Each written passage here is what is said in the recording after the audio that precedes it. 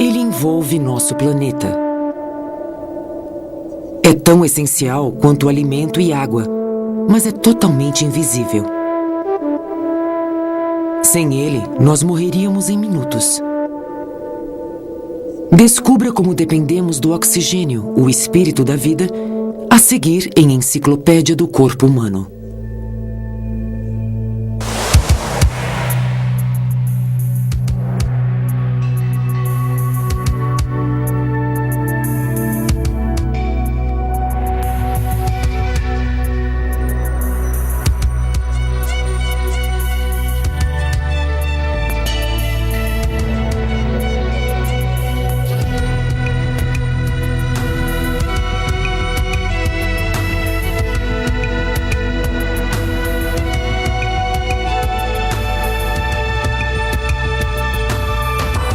Enciclopédia do Corpo Humano. O Espírito da Vida.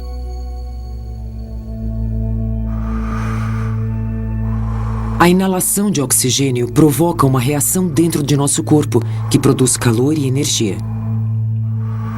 O sangue conduz o gás da vida até cada uma das 60 trilhões de células em nosso corpo. A cada respiração, ele extrai um novo suprimento de oxigênio dos pulmões.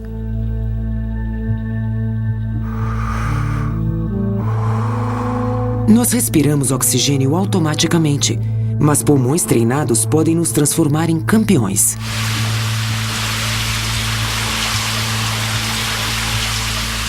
John Fitzgerald é um campeão, um nadador de categoria olímpica. Seu ritmo e o controle de sua respiração são essenciais para sua performance na água. Anos de treinamento condicionaram seu corpo e sua forma física é invejável. As células dos músculos de John precisam de reservas muito maiores de oxigênio quando ele está disputando uma prova de 1.500 metros nado crawl.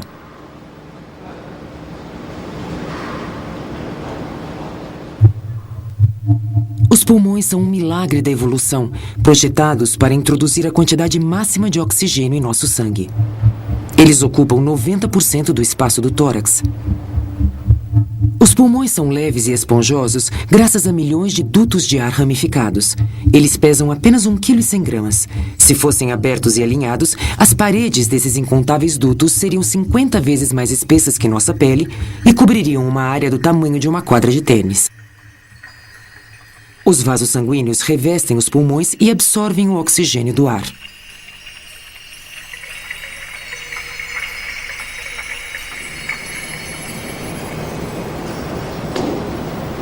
A vida teve origem no oceano.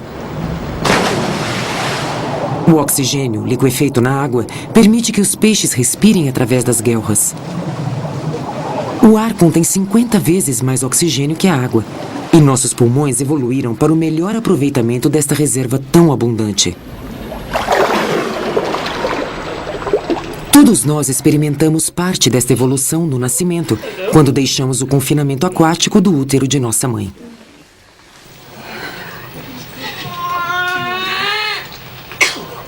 Depois do esforço de suas primeiras respirações, este pequeno bebê irá respirar cerca de 400 milhões de vezes durante sua vida.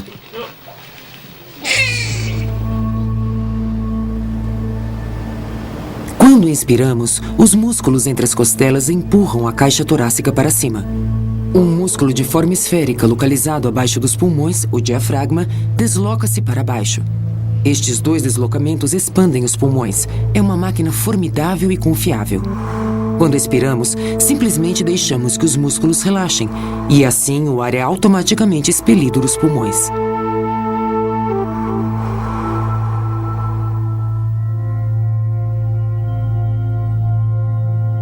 O delicado interior de nossos pulmões é extremamente vulnerável a doenças. Cada inalação é uma ameaça em potencial. Durante um único dia numa cidade, podemos inalar mais de 1 trilhão de partículas microscópicas de sujeira e poluição. Mas o corpo desenvolveu defesas. A jornada do ar em nossos pulmões tem início aqui, no nariz. Os pelos são a primeira linha de defesa, retendo pólen e partículas maiores.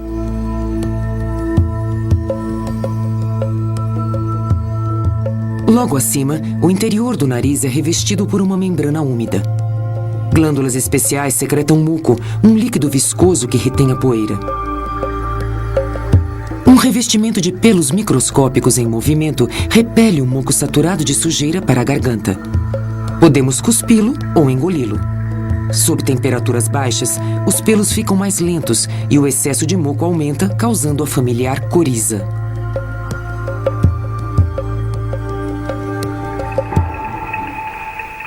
As passagens da boca e nariz se conectam atrás da garganta, logo acima da laringe. É a porta de entrada para os pulmões e é protegida por uma aba rígida, a epiglote, que impede que alimentos e água desçam pelo lado errado. Quando as cordas vocais ou pregas vocais são tensionadas, conseguimos criar sons e vocalizações que são moldados pela boca e pelos ossos do crânio. Abaixo da laringe, a traqueia é reforçada por anéis rígidos de cartilagem, que a mantém constantemente aberta. A traqueia também é revestida com pelos microscópicos que transportam o muco saturado de sujeira através da garganta.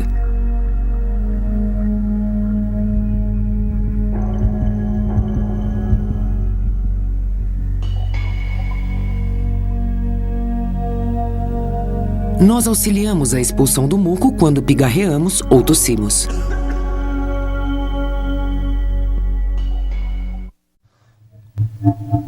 A cada respiração, inspiramos e expiramos 568 centímetros cúbicos de ar 15 vezes por minuto. Em média, durante a vida, 386 mil metros cúbicos de ar passam por nossos pulmões, o suficiente para encher um estádio de futebol. Respire bem fundo, agora sopre. Sopre, sopre, sopre, sopre, sopre. Até o fim. John tornou-se um atleta olímpico através de um rigoroso treinamento para obter o máximo aproveitamento de seu corpo e pulmões. Inalando o mais profundamente possível, ele é capaz de exalar impressionantes 6,5 litros de ar, o que representa quase 8 litros de capacidade pulmonar, ou seja, mais de 1 litro acima da maioria das pessoas. Mas seus pulmões ainda contêm mais de 1 litro de ar que nenhuma força pode expelir.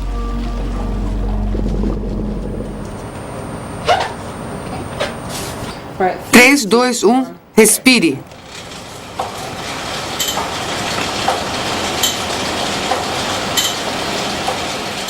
Para simular as condições de uma competição real, John realiza um teste de aptidão física que levará seu corpo à exaustão total.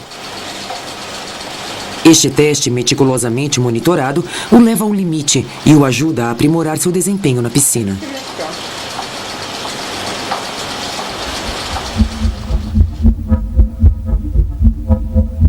A cada respiração, o ar é levado através de um labirinto de dutos no interior dos pulmões.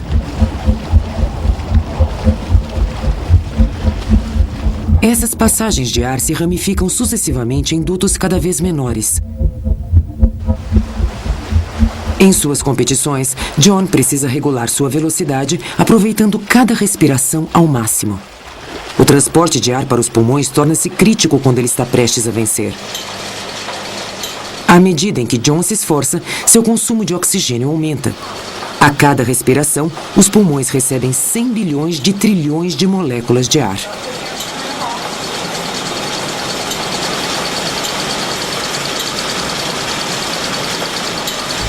Apenas 1/5 dessas moléculas são formadas por oxigênio, o gás que nos mantém vivos. O restante é constituído principalmente de moléculas de nitrogênio, um gás inerte que entra e sai de nossos pulmões sem causar alterações.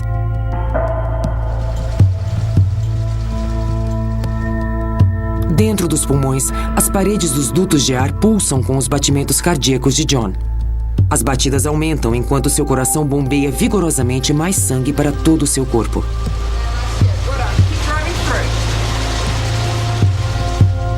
O oxigênio é extraído rapidamente do sangue de John, enquanto circula nos vasos sanguíneos de cada músculo fatigado. Quando ele volta,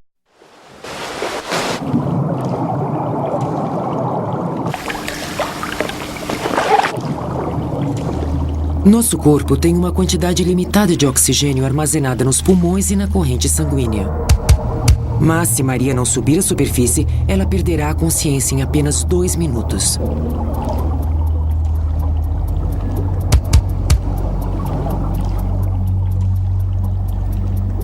Ela precisa utilizar todo o precioso oxigênio armazenado em seu corpo. O cérebro é o órgão mais sensível à queda do nível de oxigênio. Somos capazes de sobreviver sem alimento ou água por dias, mas para viver, precisamos respirar incessantemente. O cérebro controla a respiração automaticamente. Quando consumimos mais oxigênio, respiramos mais profundamente. Mas não é a queda do nível de oxigênio que avisa os pulmões para inspirarem. O nível de oxigênio cai à medida em que os músculos o utilizam, e isso produz dióxido de carbono. É o acúmulo desse gás no sangue que avisa ao cérebro que o corpo precisa respirar mais intensamente. O dióxido de carbono aciona um alarme na base do cérebro, estimulando automaticamente os nervos que controlam os músculos do tórax e o diafragma. Por alguns instantes, somos capazes de anular conscientemente esse reflexo respiratório. Mas é impossível alguém asfixiar a si próprio prendendo a respiração. Quando perdemos a consciência, o reflexo inicia-se automaticamente.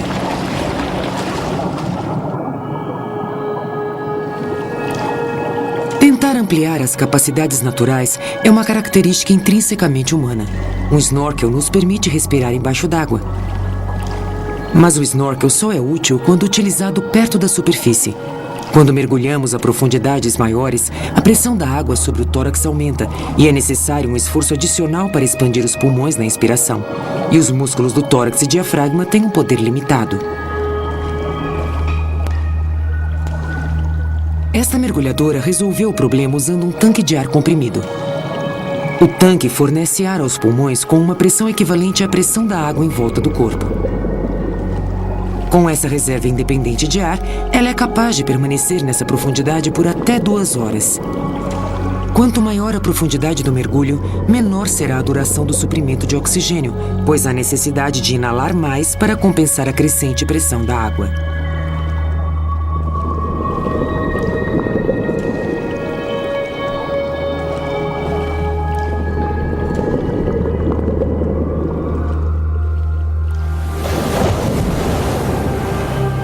Os mergulhadores conseguem trabalhar até a 300 metros de profundidade, onde a pressão chega a quase 35 quilos por centímetro quadrado. A baixa pressão em grandes altitudes também causa problemas devido à escassez de oxigênio. Entretanto, depois de algum tempo, podemos nos adaptar à vida em altitudes de até 5.500 metros, onde a pressão atmosférica é a metade da pressão no nível do mar. Nosso corpo reage, produzindo mais glóbulos vermelhos e criando mais capilares para melhorar o fluxo sanguíneo nos músculos.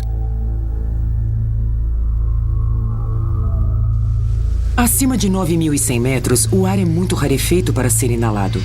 Por isso, o interior de um avião é pressurizado. Caso contrário, os passageiros sofreriam com a escassez de oxigênio. 3, 2, 1... Nesta simulação de uma súbita queda de pressão, o vapor de água se condensa formando uma névoa. Nessa experiência, nossa voluntária foi suspensa a 7.300 metros em apenas 3 segundos. 2 de espadas. 6 de paus. Coringa. Identificar as cartas do baralho testa a agilidade mental da voluntária. Embora esteja se sentindo bem e confiante, ela começa a errar depois de apenas 1 minuto. Rei de ouros. 7 de ouros. Suas células cerebrais são as primeiras a sentir a falta de oxigênio. A hemoglobina em seu sangue é incapaz de absorver o oxigênio suficiente do ar rarefeito e não consegue impedir que as células cerebrais sofram com a falta de oxigênio.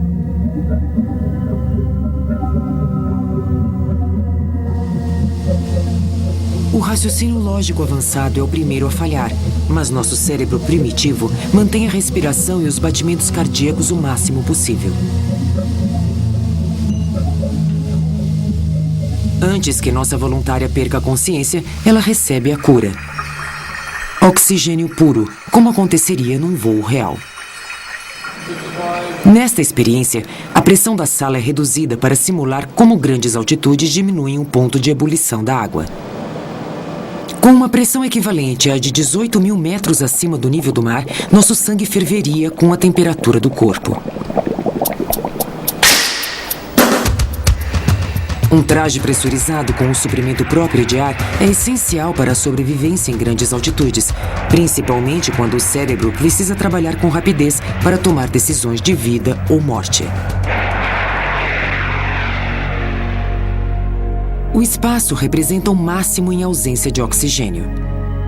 Num vácuo quase absoluto, um traje espacial fornece todas as condições de segurança normalmente fornecidas pela atmosfera terrestre. Uma pressão confortável, oxigênio em abundância e elementos químicos para reter o dióxido de carbono exalado.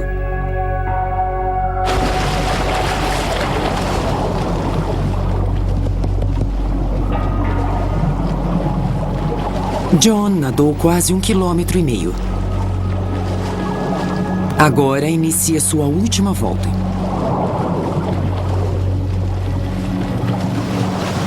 Enquanto acelera para o final, ele retira o oxigênio do oceano de ar.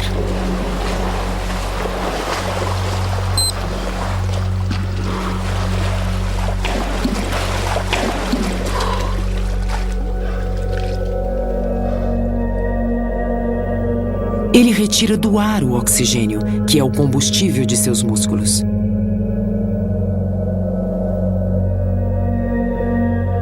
O oxigênio é parte vital da tênue camada de ar que envolve a Terra, alimentando permanentemente a frágil esfera, num ciclo tão antigo quanto a própria vida.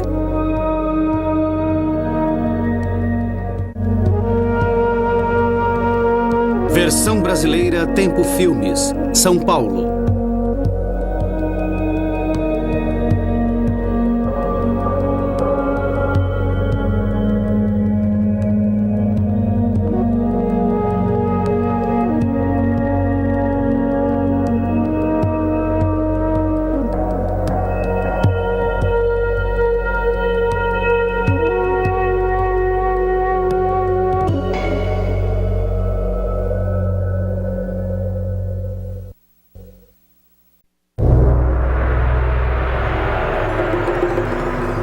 O interior do corpo humano é uma máquina complexa.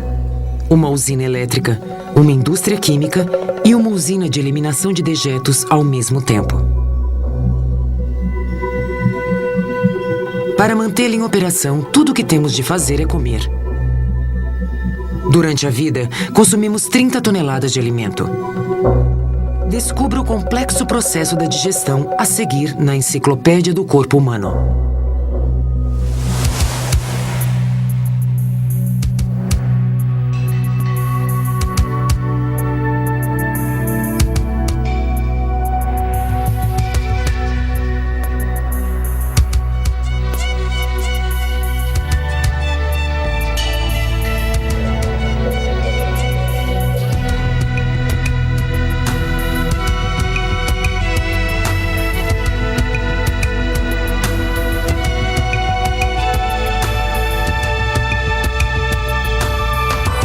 A Enciclopédia do Corpo Humano. O processador de alimentos. Dormir e também digerir. Embora a mente de Gary esteja desconectada, seu sistema digestivo nunca fica inativo. Ainda está ocupado trabalhando no jantar da noite passada. O alimento é o ponto de partida para tudo o que acontece dentro do corpo humano. Só a digestão desse alimento gasta 10% de nossas reservas diárias de energia. 70% dessa energia é gasta para manter o corpo em funcionamento, executando as rotinas que nos mantêm vivos.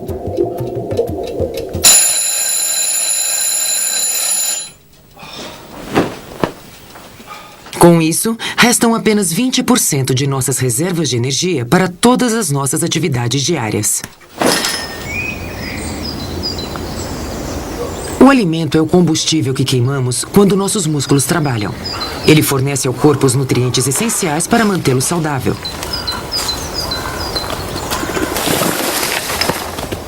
O alimento também abastece o conteúdo de nosso estojo de primeiros socorros interno, que repara danos causados ao corpo e o põe de novo em funcionamento. Gary está pronto para tomar o café da manhã, a refeição que encerra o jejum noturno. Da mesa ao banheiro, o alimento fará uma jornada de 24 horas através do seu corpo. Há matéria-prima em diversas formas, tamanhos e sabores. Durante a vida, uma pessoa comum consome 8.000 ovos, meia tonelada de queijo, 6.000 filões de pão, 3.800 litros de leite, 24 porcos e 1 tonelada de frutas.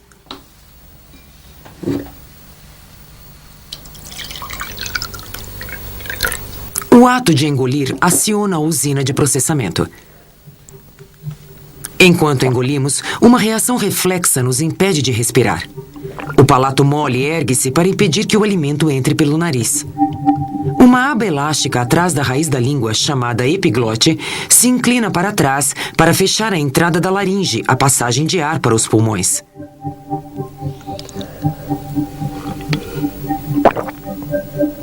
O alimento é conduzido com segurança até o esôfago, um tubo muscular revestido muito parecido com a pele. Ondas de contrações percorrem suas paredes, impulsionando o conteúdo com tal força que somos capazes de engolir de cabeça para baixo. Essas contrações, chamadas de peristalse ou peristaltismo, acionam uma esteira sempre ativa que carrega alimentos sólidos e líquidos durante todo o processo de digestão.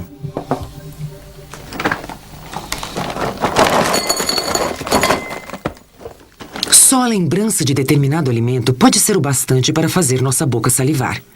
6 glândulas salivares produzem 1 litro de saliva diariamente.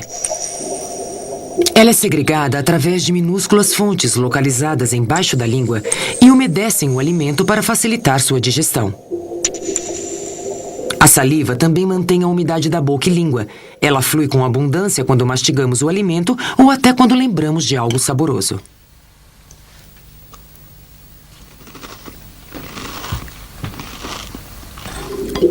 A partir de agora, o alimento fará uma jornada sinuosa de 11 metros através do sistema digestivo. Ele será submetido a ataques físicos e químicos, enquanto o corpo sistematicamente quebra os complexos ingredientes dos alimentos em nutrientes básicos que poderá utilizar.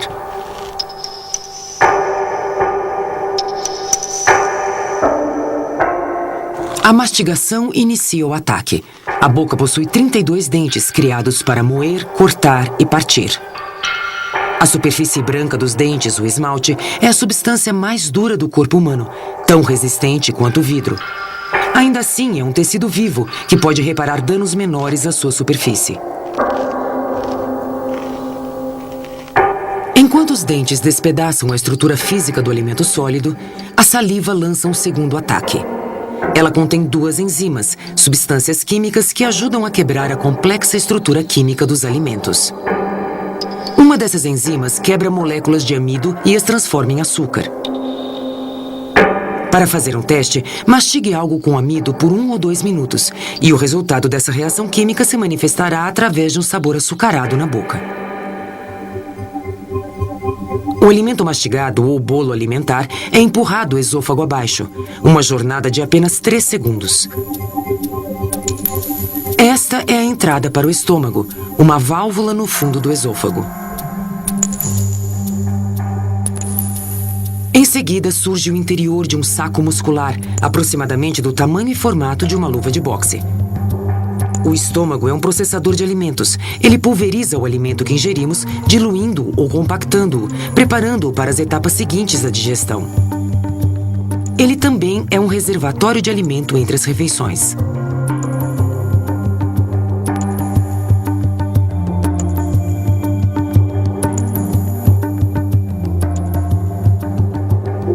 Esta caverna é o estômago totalmente distendido, em sua capacidade máxima, 1,5 litro. Ácidos poderosos fluem para atacar e dissolver o alimento. Misteriosamente, o estômago se mantém a salvo de seu próprio conteúdo corrosivo. O segredo está nas suas paredes com pregas. Elas são revestidas de orifícios profundos, cada um deles forrado de células microscópicas. Num bizarro equilíbrio, algumas das células liberam ácido hidroclorídrico, enquanto suas vizinhas segregam um muco viscoso. Ele reveste as paredes do estômago e o protege da autodestruição.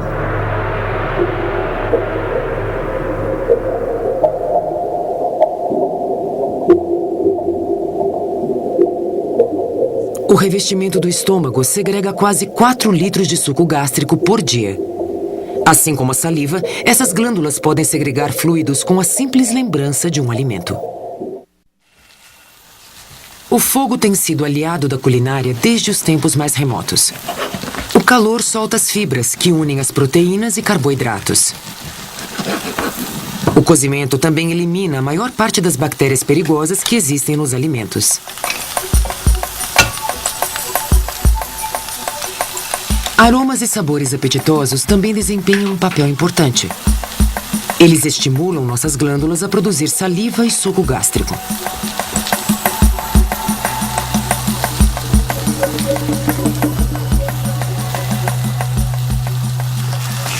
Eles também adicionam um prazer especial ao ato de cozinhar. Bem, pelo menos alguns.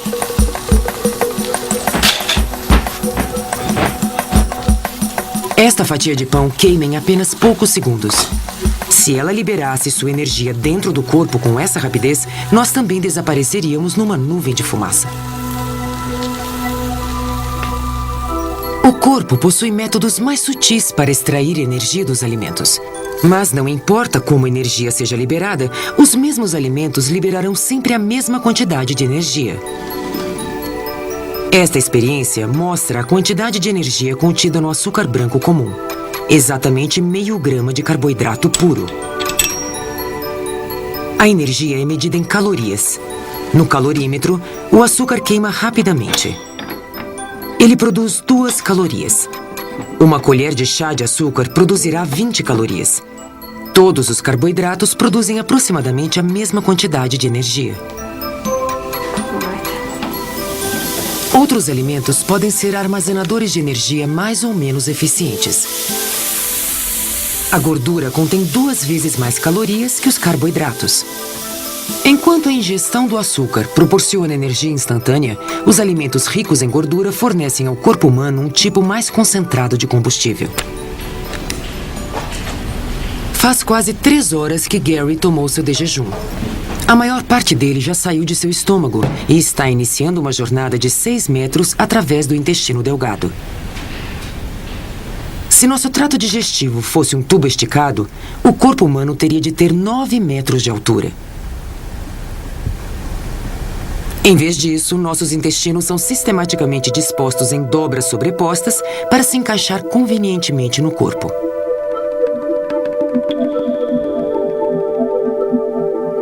A peristalse prossegue com sua função de esteira transportadora, expulsando o quimo para fora do estômago através desta minúscula válvula que impede o retorno. Cada contração movimenta menos de uma colher de chá de quimo para o topo do intestino delgado, o duodeno.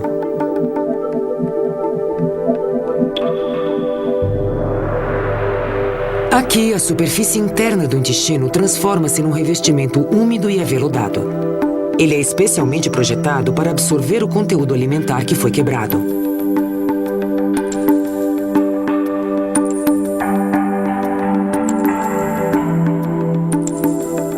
Estas projeções minúsculas em forma de dedo, chamadas vilosidades, aumentam a área de absorção de nutrientes. Elas proporcionam ao revestimento do intestino delgado uma área 10 vezes maior do que a superfície da pele humana, o suficiente para forrar o chão de uma sala de estar.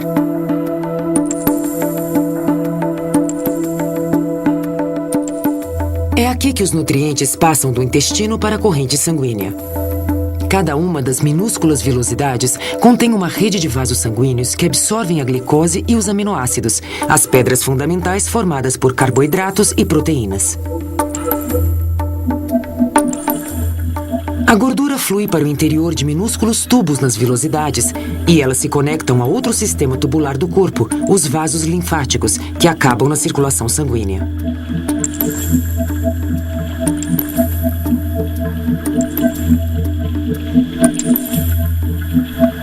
Esta densa rede de tubos microscópicos envolve o intestino delgado para conduzir os componentes alimentares. Depois de uma refeição pesada, o sangue flui de outras partes do corpo para esses capilares, deixando os músculos enfraquecidos e o cérebro nebuloso.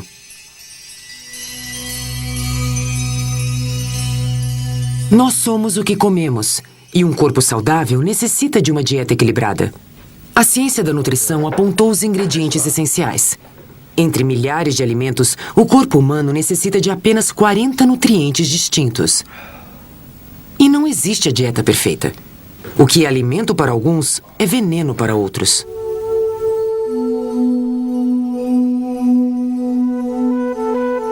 As frutas são ricas em açúcares, minerais e vitaminas.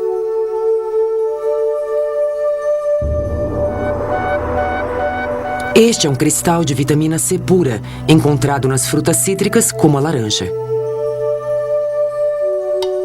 Ela é responsável pela saúde de nossos ossos, gengivas e dentes.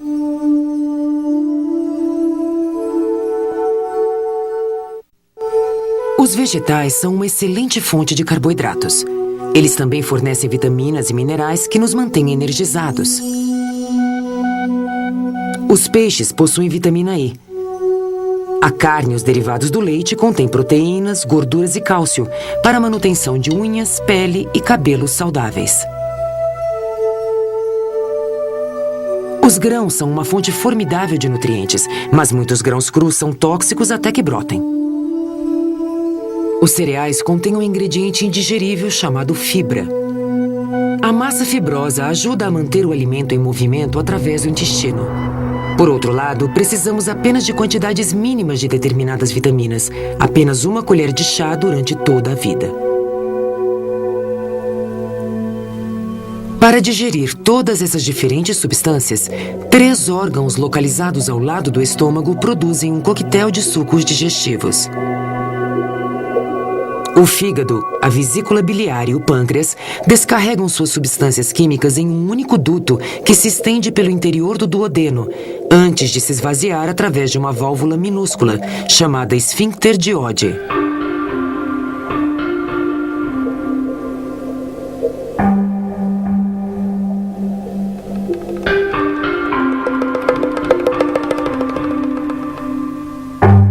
Diariamente, o fígado produz quase 1 litro de um líquido esverdeado chamado bile. Enquanto o quimo flui pelo intestino, a bile ajuda a desintegrar glóbulos de gordura e algumas vitaminas para que possam ser absorvidos pelo organismo. Ondas de peristalse empurram esse quimo carregado de ácido até o fundo do intestino delgado, ameaçando seu revestimento delicado. Assim, os nervos das paredes intestinais incentivam o pâncreas a fabricar um líquido alcalino que neutraliza o ácido. Esse suco pancreático também contém enzimas potentes. Elas encerram o processo da quebra dos ingredientes no quimo em moléculas mais simples. É aqui que o corpo começa a reunir as pedras fundamentais. O fígado é o maior órgão do corpo humano e executa mais de 500 funções diferentes. É uma movimentada indústria química constituída de 75 mil grupos idênticos de células. Ele filtra os nutrientes levados pelos vasos sanguíneos diretamente do intestino delgado. Aqui eles são recombinados, formando as complexas moléculas de proteínas e gorduras de que o corpo humano necessita. O fígado também é um depósito de açúcar, que fornece energia ao corpo conforme a necessidade. 6 horas após o café da manhã, um alimento desprovido de seus nutrientes inicia o estágio final de sua jornada, uma lenta trilha de 1,5 metros pelo intestino grosso. Este é o ambiente do 3º estágio da digestão.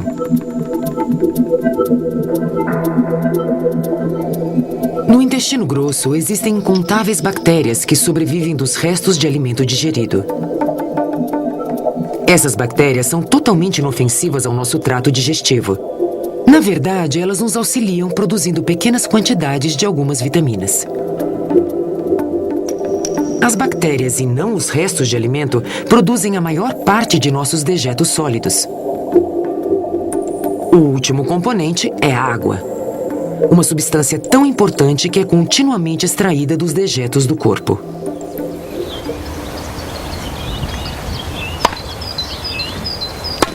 A A água compõe 60% do corpo humano, quase 38 litros no total. Mesmo assim, o corpo está sempre correndo o risco de desidratar. Para desempenhar sua função no controle dos fluidos, o revestimento do trato digestivo transforma-se a partir da entrada do intestino grosso, de células que absorvem nutrientes para células criadas para filtrar água. Nossos sucos digestivos transformaram um alimento inicial numa massa, e o corpo precisa dessa água de volta. 2/3 da água do quimo são extraídos pelo intestino grosso, filtrados por uma microscópica peneira de células.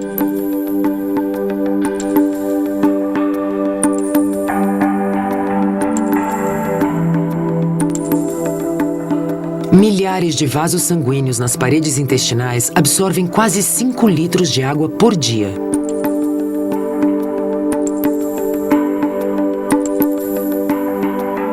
Uma densa rede de capilares leva a água recuperada e os nutrientes absorvidos dos intestinos e os devolve à circulação.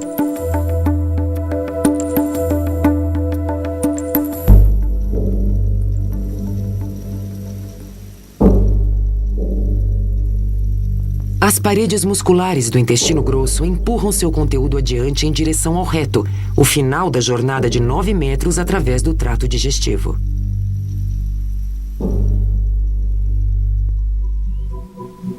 Os órgãos responsáveis pelo equilíbrio da hidratação do corpo humano são os 2 rins. Eles filtram o sangue, excretando qualquer refúgio através de tubos longos, mostrados aqui em vermelho. Amplas artérias e veias garantem um fluxo abundante de sangue através dos rins. Todo o sangue do corpo passa através deles a cada 5 minutos. São 150 litros por dia, quase 38 milhões de litros durante toda a vida. Cada rim contém mais de 1 milhão de unidades filtradoras. O sangue flui através de um emaranhado de capilares. A água e os refúgios são filtrados e então coletados por tubos entrelaçados. 99% da água limpa retorna então ao sangue.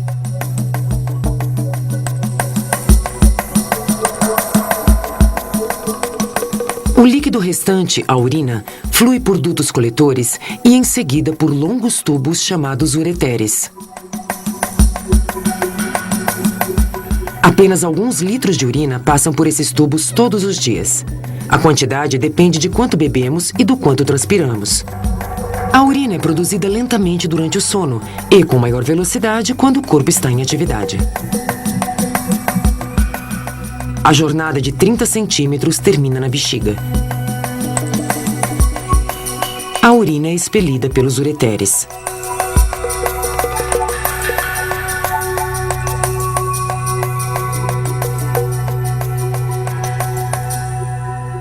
As paredes musculares e elásticas da bexiga se expandem quando cheias. Quando vazia, a bexiga é do tamanho de uma noz. Ela pode se expandir até o tamanho de um punho antes de esvaziar. A usina de alimento funciona principalmente no automático, mas o estágio final, a excreção, está sob controle consciente do corpo, assim como a primeira etapa do processo digestivo. Comer, digerir e excretar fazem parte de um processo interminável. Até mesmo as comidas exóticas têm apenas um propósito: manter o corpo humano vivo e saudável, graças ao trabalho invisível e incessante do nosso tolerante processador de alimentos.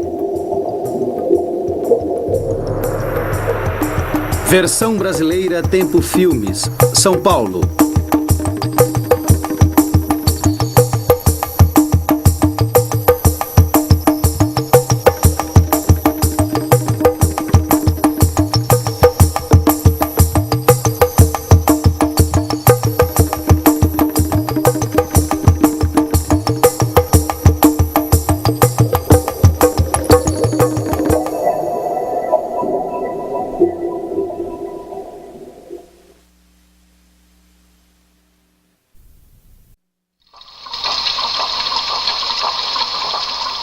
Dentro do seu corpo, um exército está se mobilizando.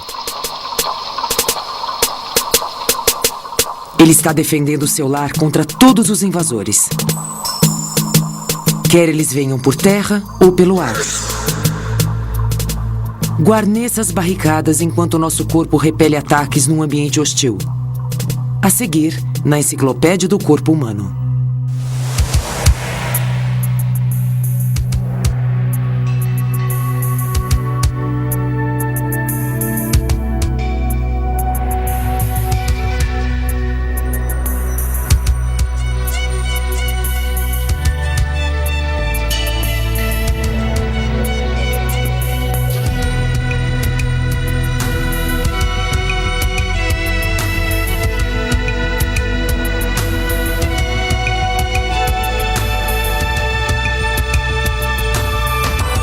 Enciclopédia do Corpo Humano. Defesa e cura.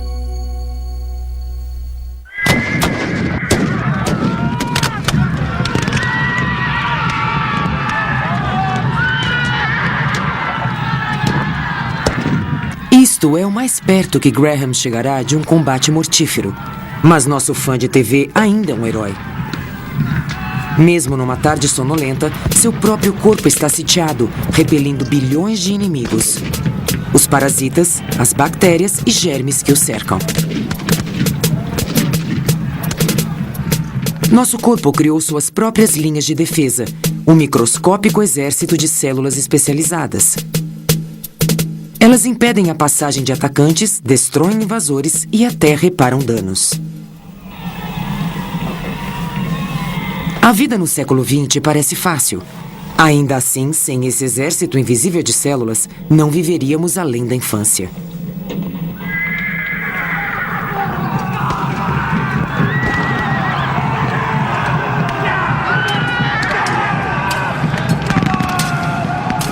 As lanças fazem parte apenas do sonho, mas cortes e ferimentos fazem parte da vida diária. A pele é nossa primeira linha de defesa. Se ela for invadida, o corpo mobilizará suas tropas instantaneamente para se defender e reparar os danos. O sangue contém todos os ingredientes de um estojo de primeiros socorros. Aqui estão nossos defensores incrivelmente ampliados. Plaquetas para fechar o ferimento. Glóbulos brancos para limpar a sujeira, detritos e eliminar infecções. É assim que um braço ferido sara, filmado num período de 4 semanas.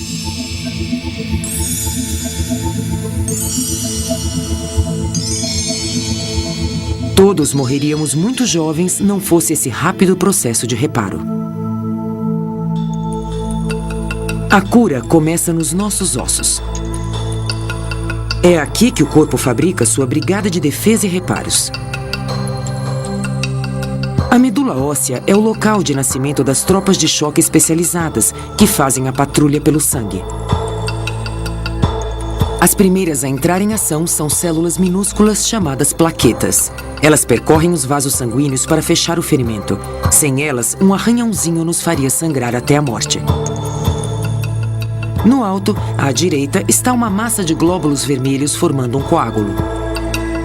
Eles ficam presos numa microscópica rede de fibras que se forma no sangue, onde quer que haja um corte.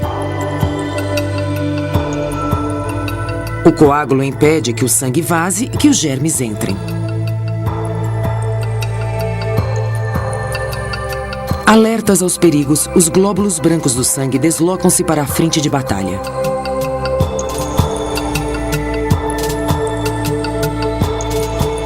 Células especializadas, chamadas mastócitos, mobilizam-se para desempenhar um papel essencial.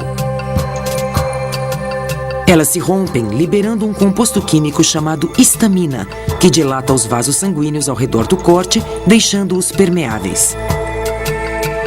Células vitais de reparo e defesa podem então passar da corrente sanguínea para os tecidos e atingir a área danificada. Existem também as carniceiras, células especiais que limpam sujeira ou germes que invadiram a pele rompida. Aqui, um defensor literalmente consome seu inimigo.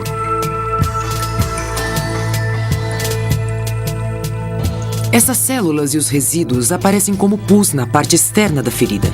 Elas fazem com que o ferimento fique com uma aparência horrível, mas é um sinal de que o corpo está sendo consertado. O mesmo vale para a crosta na superfície da pele. Sob essa capa protetora, ocorre a cura e a regeneração. Esta célula especial, fazendo sua dança dos 7 véus, chama-se pericito. Ela está a caminho do local onde houve danos. Os pericitos unem-se para formar uma camada de pele nova na superfície do ferimento. Ao mesmo tempo, as células epiteliais nas camadas mais profundas são estimuladas a crescer mais rápido para substituir aquelas que foram perdidas. Esta bola de células se espalhará para formar uma nova camada de pele.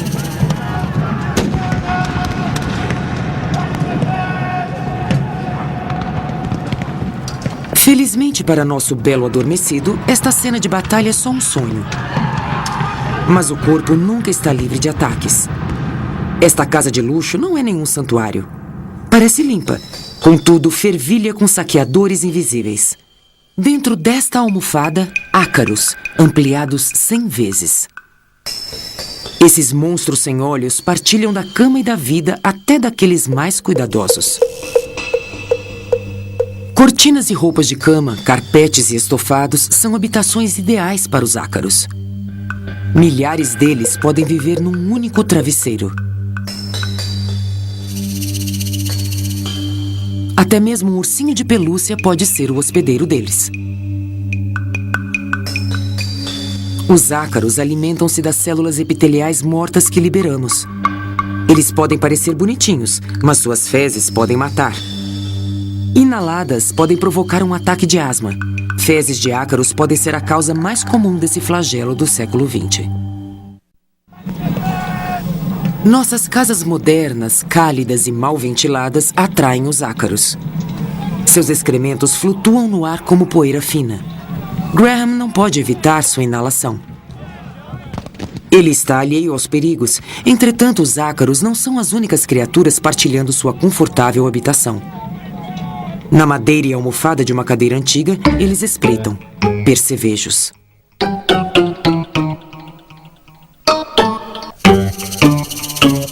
Nossos animais de estimação também carregam inquilinos, pulgas que também alimentam-se de sangue humano.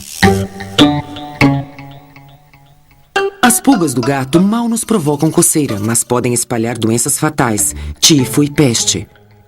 Na Idade Média, a peste negra matou 1/3 da população da Europa. Ela foi disseminada pela pulga.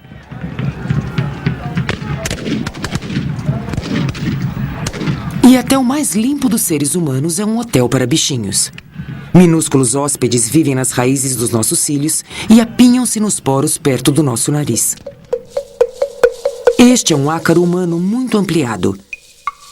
E na extremidade superior deste bigode, outro ácaro desliza num passeio vespertino.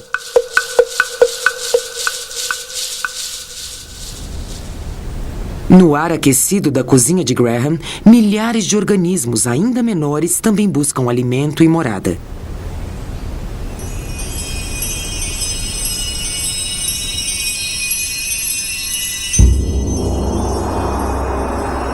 Leveduras, fungos, bolor, bactérias. Vivemos numa sopa de criaturas. Elas se multiplicam rápido na nossa comida e em nós.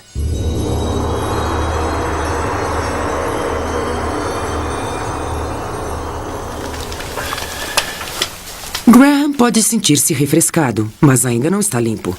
Água e sabonete removem poeira e sujeira, mas toda a esfregação ainda deixa para trás bilhões de leveduras e bactérias, habitantes permanentes da pele humana.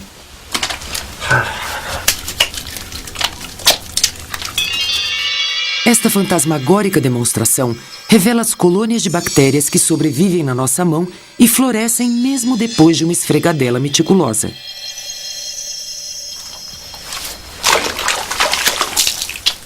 As bactérias vivem fora e dentro de nós.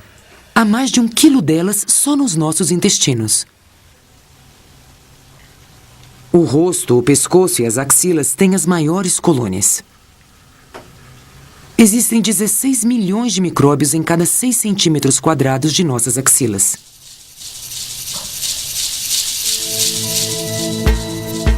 Para procurar esses micro-organismos, entramos na desconhecida paisagem da pele humana, ampliada milhares de vezes. As bactérias vivem em volta das glândulas sebáceas e sudoríparas, sua fonte de alimento. Muitas encontram abrigo temporário sob as células mortas da nossa pele.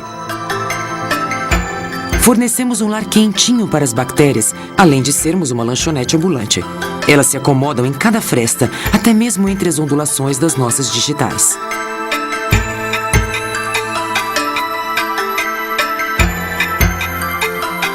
Os fungos vivem bem nos ambientes úmidos, nos pés e na virilha.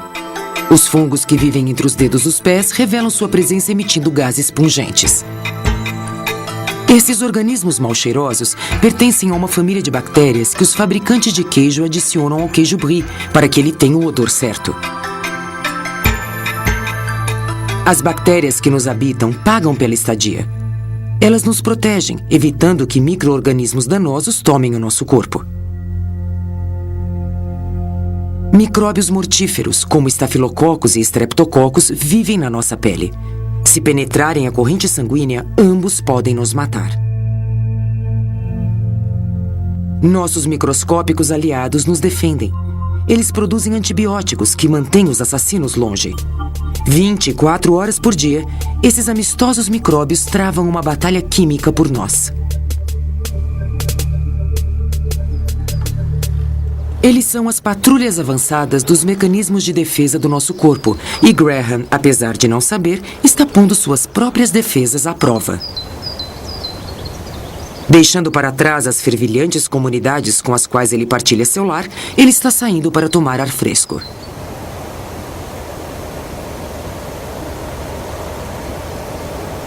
Longe das enlouquecidas multidões de ácaros e micróbios e dos perigos óbvios da poluição, ele deve estar seguro. Ainda assim, as defesas do corpo de Graham permanecem em alerta.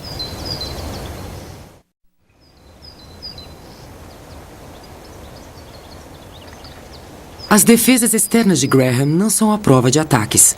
Sua pele é resistente, mas pode sofrer danos. Sem o sol não haveria vida na Terra. Contudo, a radiação ultravioleta pode queimar e envelhecer nossa pele. Ela pode causar o câncer de pele, uma das doenças fatais que mais crescem no mundo ocidental. Sua blindagem pode ser penetrada de outra maneira, por predadores, que não se contentam em esperar por uma abertura. Insetos sugadores de sangue disseminam doenças.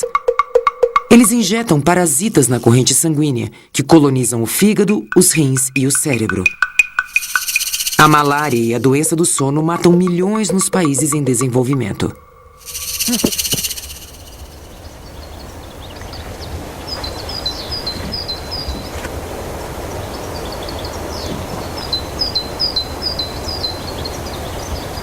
O corpo de Graham repelia os ataques no campo, assim como os perigos em sua casa. Graham nunca soube que corria algum risco. Ele dormiu o tempo todo. 2 milhões de anos de evolução cuidaram para que ele sobreviva se cair da bicicleta ou se cortar enquanto faz a barba. O processo de cura funciona o tempo todo.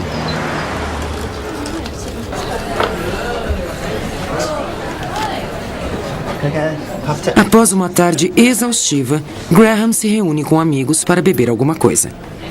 O bar é outro lugar onde um fã do sofá pode entrar e ter um merecido descanso. Mas agora ele pode realmente estar encrencado. Esse é o ambiente perfeito para contrair algo sério. Os humanos são criaturas sociais. É exatamente disso que os germes precisam para sobreviver e prosperar. Os germes são os únicos predadores do homem que restaram. Num bar apinhado, é difícil não inalar o ar expirado pelos outros, junto com outros poluentes.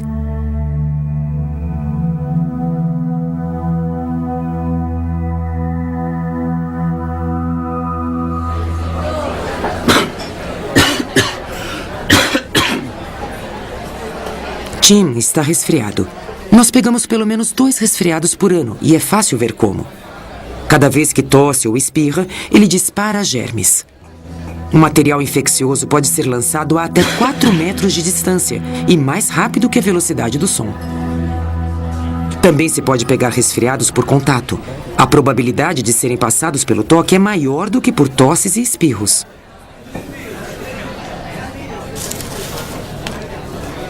Nós carregamos germes na nossa pele e os transferimos para os outros junto com as células epiteliais mortas, que constantemente são descartadas. Para nos mostrar onde ele e seus germes estiveram, pusemos uma tintura fluorescente especial nas mãos de Tim. Agora vamos rever a cena sob a luz ultravioleta. Alguns germes para Judy.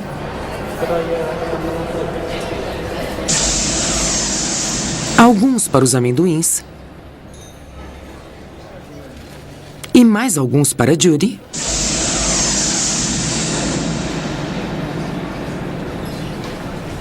E aqui alguns para o barman.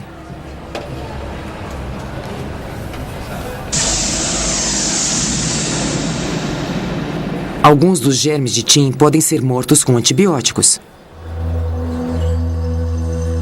Bactérias como esta literalmente explodem. Mas os antibióticos não funcionam com os vírus da polio, AIDS e hepatite. E eles podem ter resultados terríveis. Em 1919, a gripe espanhola matou mais pessoas que a Primeira Guerra Mundial. Esta é a animação computadorizada de um vírus de resfriado. Ele é uma das formas de vida mais primitivas. Os vírus não podem sobreviver por muito tempo fora de uma célula viva, porque não podem se reproduzir sem ajuda. Aqui, um vírus invade uma célula humana. Uma vez dentro, ele sequestra o mecanismo de controle da célula e o usa para fabricar milhares de cópias de si mesmo. A célula explode e espalha pedaços que contêm partículas invisíveis do vírus. Liberados dentro do corpo, eles logo invadem outras células e a infecção se espalha. Esta é uma célula humana infectada pelo vírus da gripe. A célula murcha e morre.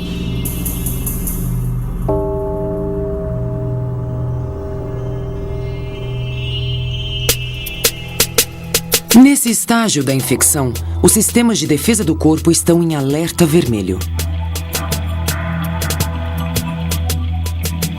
Glóbulos brancos especiais, ou hemácias, têm sua própria rota pelo corpo, um segundo sistema circulatório chamado sistema linfático. Essas células usam essa rodovia para patrulhar o corpo, constantemente alertas aos invasores. Elas podem agir diretamente ou voltar a uma glândula linfática para dar o alarme. Os glóbulos brancos possuem suas próprias rodovias e seu próprio quartel-general. Este é o interior de uma amígdala, onde um batalhão de glóbulos brancos está esperando para entrar em ação. Cada um desempenha um papel especial. É um ataque duplo: guerra química e luta direta.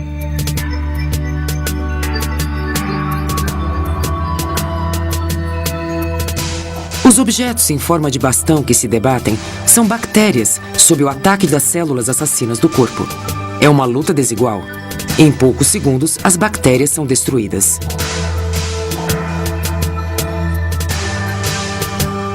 Uma gangue de células humanas assassinas ataca uma célula estranha. É uma luta até a morte.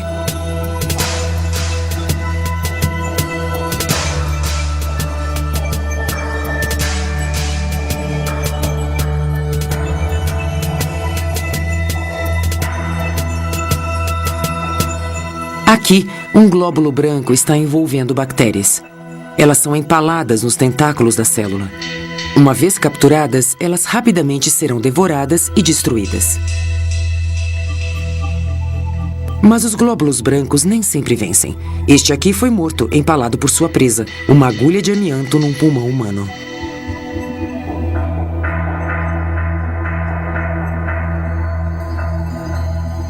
Depois das células assassinas, começa a guerra química. O sistema imunológico do corpo entra em ação. Células especiais são convocadas para produzir um veneno químico contra os invasores. Estamos equipados para produzir centenas de milhares de venenos diferentes, moléculas em forma de Y chamadas anticorpos. Cada um é especializado, projetado para atacar um germe em particular. As moléculas dos anticorpos fazem marcas específicas no revestimento do vírus. Manchas brancas que o marcam como célula estranha. Um processo químico, então, é iniciado, dissolvendo a membrana da célula e matando-a. Se encontrarmos esse vírus novamente, essas células irão se lembrar e reagirão mais rápido para que ele não se desenvolva.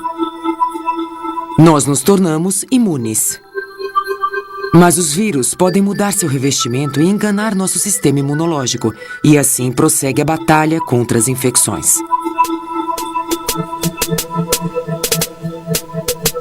Todas as horas, todos os dias, nosso corpo luta pela sobrevivência. Os glóbulos brancos estão constantemente em ação. Eles matam estrangulando, envenenando e destruindo o inimigo. Se essas células voltassem seu ataque contra nossos próprios tecidos, não sobreviveríamos. Defesa e cura são duas das funções mais vitais do corpo humano, mesmo do mais preguiçoso. E também são as mais eficazes e eficientes. Elas nos mantêm um passo à frente de um mundo hostil.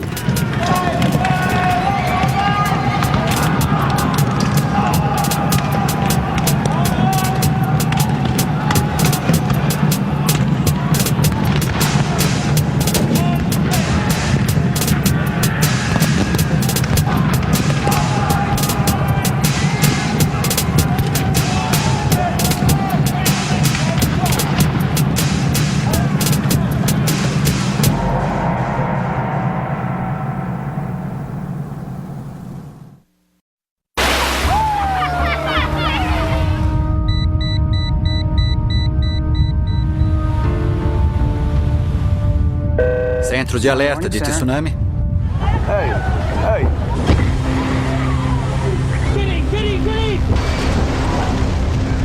Uma onda gigantesca atravessa o oceano e ninguém a vê se aproximando. Estive a ponto de desistir e me deixar levar. Um dos maiores desastres da história. Pelo menos 20 mil pessoas morreram. 40 mil. 150 mil. Com que frequência acontecem os tsunamis? Todos os oceanos do mundo já tiveram maremotos. Quando irá acontecer o próximo? Procuramos lugares onde o número de pequenos terremotos está mudando rapidamente. Existe uma coisa maior e ainda mais forte esperando para acontecer? Do primeiro tremor até as dúvidas mais recentes.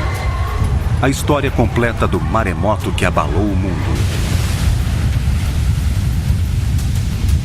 A próxima onda. A origem de um maremoto. Era uma época de milagres, maldições, de deuses e homens que acreditavam ser deuses. De um jovem guerreiro que se tornou o faraó do mais poderoso império do mundo. Um homem que desafiou o Deus dos Hebreus. Ramsés, o Grande. Segundo a Bíblia, seu amado primogênito foi morto por Deus na última e mais terrível de 10 pragas. Uma praga que obrigou o faraó a libertar seus escravos hebreus e seu líder, Moisés. Dando início à longa jornada para a liberdade conhecida como Êxodo. O egiptólogo Kenneth Weeks acredita ter encontrado no Vale dos Reis o crânio do primogênito de Ramsés. Foi nesse local que encontramos os restos humanos de um indivíduo que pode ser o primogênito do faraó Ramsés II. Agora, pela primeira vez, uma equipe de cientistas vai entrar na tumba para solucionar o mistério de 3.000 anos. Eles usarão as mais modernas técnicas reconstrutivas para descobrir se realmente encontraram o primogênito de Ramsés, recriando a face do filho e do famoso pai. A ciência forense tentará estabelecer a idade em que ele morreu E qual a causa do ferimento na lateral da cabeça? Teria ele morrido de uma misteriosa praga bíblica? Ou teria tido um fim violento e brutal? A investigação levará a equipe por todo o Egito, recolhendo pistas sobre o êxodo, Moisés, e sobre o que realmente aconteceu com o primogênito de Ramsés. Ele foi morto pelas mãos de Deus ou do homem?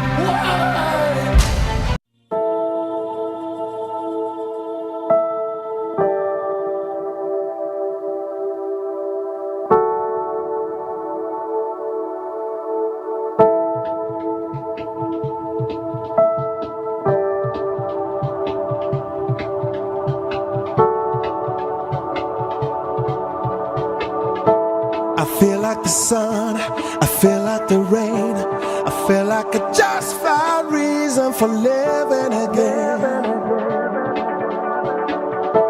'Cause what I've been dreaming, I know that it's real, I know there's just no change in the way I feel. Can you see my vision of a real high? Tudo começou com um sonho. Uma visão que revelaria inúmeras possibilidades. I think probably the first glimmer of an idea about being involved in television, which kind of led to Discovery, was a moment I had in college. And I really felt like television had so much to offer, programming that can enlighten people and inspire people. And that's what I saw was the kind of a huge promise that cable television offered. E foi o destino que levou John Hendricks a cumprir essa promessa. Hendricks sempre foi fascinado por documentários, mas os canais de televisão não costumavam exibir esse tipo de programação.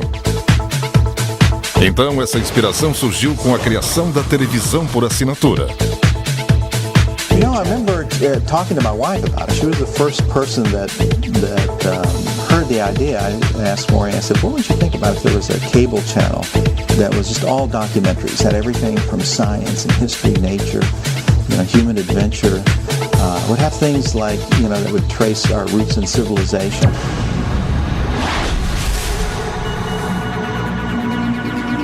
Assim surgiu uma ideia e a essência de uma grande conquista. O empresário John Hendricks se propôs a mostrar que sua ideia poderia se tornar realidade. Quase 3 anos depois foi lançado o Discovery Channel. E o resto é história.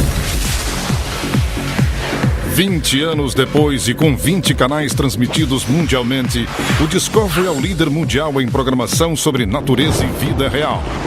E também um dos canais por assinatura de maior sucesso da história. Com mais de 1 bilhão de assinantes em 160 países e territórios, somos uma das marcas de maior distribuição do mundo. Acima de tudo, o Discovery Channel é um dos grandes favoritos do público mundial. Somos eleitos frequentemente o canal número 1 em credibilidade e satisfação do público. Discovery Networks mudou a maneira com que vemos o mundo de hoje.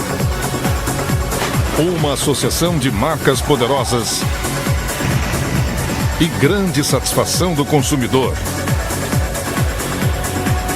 aumentam o valor e a credibilidade de nosso produto. Junte-se a nós para uma nova década de sucesso. Discovery Networks.